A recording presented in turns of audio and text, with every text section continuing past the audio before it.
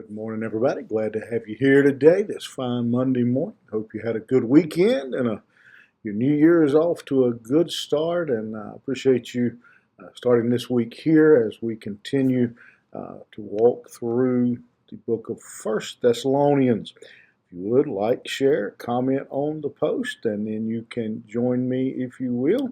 Again, First Thessalonians, we will be beginning chapter number 3 today. A little bit of a shift here in what Paul is addressing. Not a huge change, but a little more focus. Maybe that would be a good way of putting it.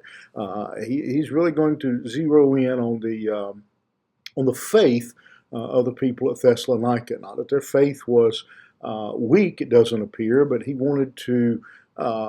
He just wanted to reestablish, be sure that their faith continued to be strong. All of us recognize the battles that we face and the attacks that our faith come under, and so Paul is just wanting to be sure that they had the necessary tools, the necessary equipment to continue to have that strong faith.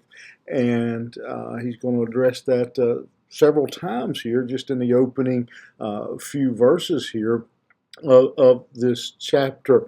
And one of the things that Paul determines to do then, because he is concerned about the people, the church there at Thessalonica, and the persecution that they are suffering. They're being persecuted on all sides. The Jews and the Gentiles both are coming against the church, and so.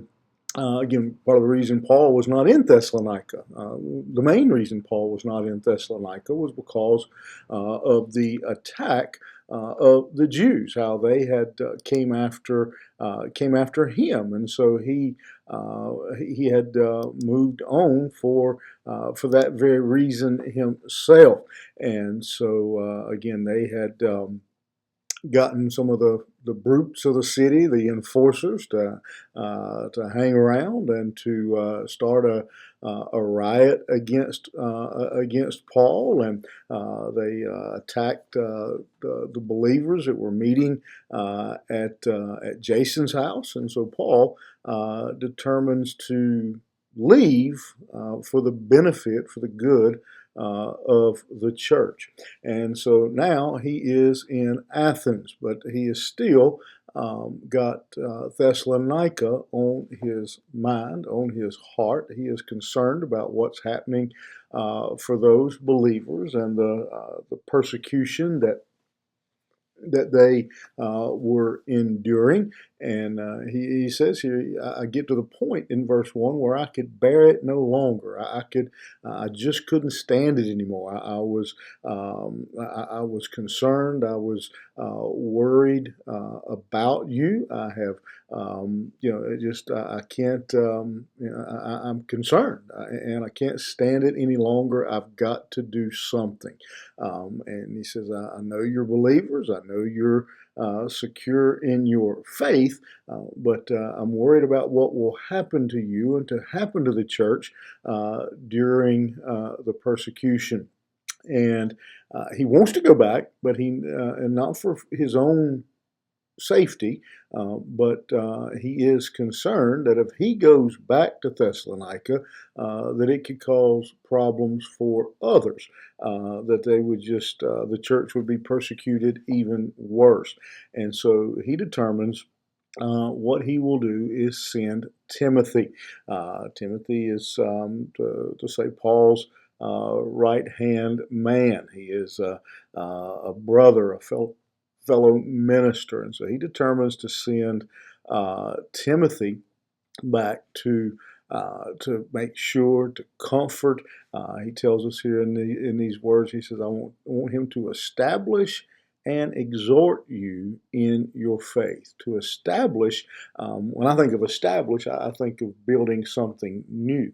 But that's actually not what this word means. This word means to support and to strengthen, to build up what is already there. And exhort, pretty much what we think it means to encourage. And so he says, I'm sending young Timothy back for the purpose of just strengthening what is already going on and encouraging you to continue in the faith. And that is a great attitude of Paul here. And one of the accusations or one of the flaws that has been pointed out over the years many times about the church is that someone comes in and accepts Christ, and then we just kind of we almost forget about them sometimes. We don't work to disciple them and to help them grow in their faith.